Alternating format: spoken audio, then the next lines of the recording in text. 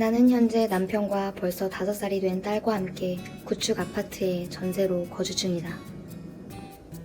24살에 아이를 임신하면서 급하게 결혼하고 집을 구하긴 했지만 집을 대충 구한 건 아니었다. 등기부 등본 정보도 꼼꼼히 확인했고 계약 후 확정일자도 잘 받아두었다. 그런데 그 다음 해 19년도 7월 갑자기 KB캐피탈에서 우리 집을 찾아왔다. KB캐피탈에서는 박땡땡씨를 찾고 있었고 그 사람은 우리 집 주인, 즉 임대인이었다. 그가 빌린 돈을 갚지 않아 주소로 되어 있는 집을 찾아온 거라고 했다. 그때 나는 드라마에서 보던 빨간 딱지들이 생각나면서 혼란스러워졌다. 갓 돌이 지난 아이를 돌보면서도 한편으로는 집 생각밖에 들지 않았던 나날이었다.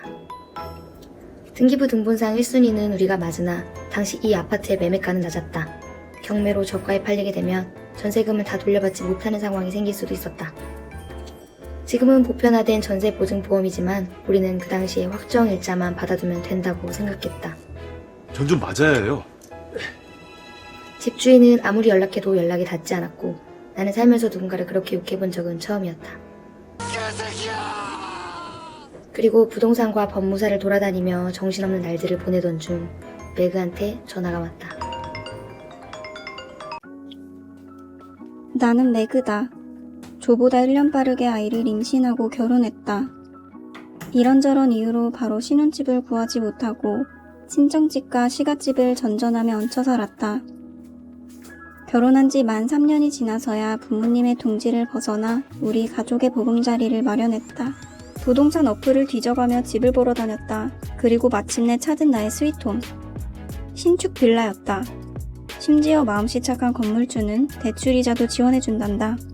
부동산 중개인은 어찌나 잘 챙겨주던지 전입신고 날짜까지 정해주며 그날 꼭 전입신고를 하고 알려달라고 했다.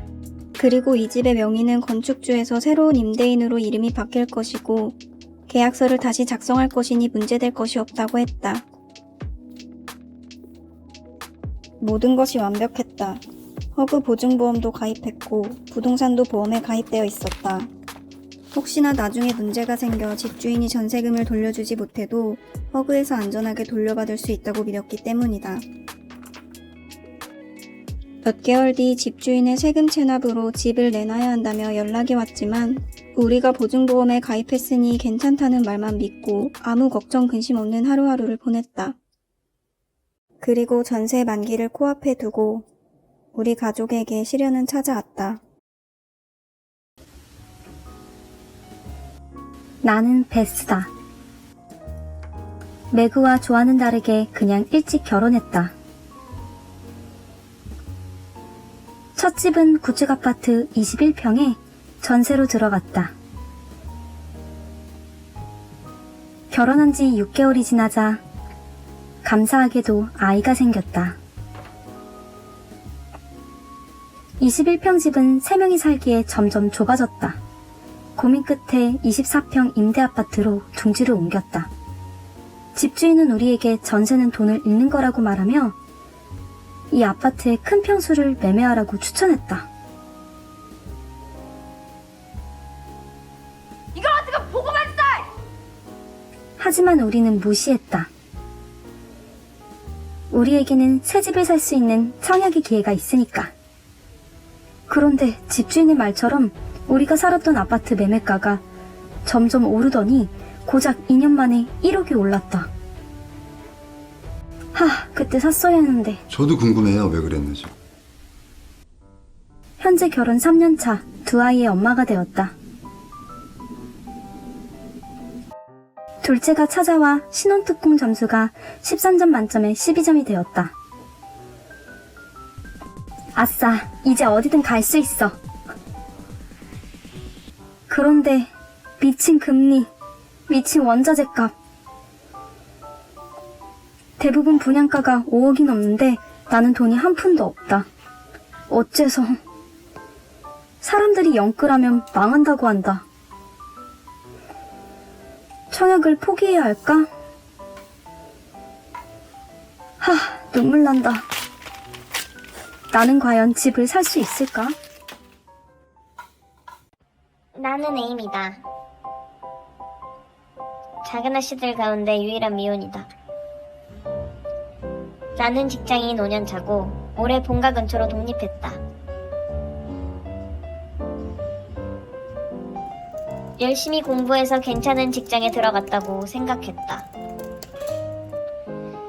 4년차까지 본가에 얹혀 살며 생활비 한 푼 내지 않았지만 돈이 모이지 않는다. 정확히 말하자면 내 월급으론 독립 불가능이다. 하루는 엄마와 심하게 싸운 날 독립한다며 직방을 뒤져보았고 직장 근처에 단기 월세 매물을 찾게 되었다. 그 다음날 바로 나는 그 집을 보러 갔다.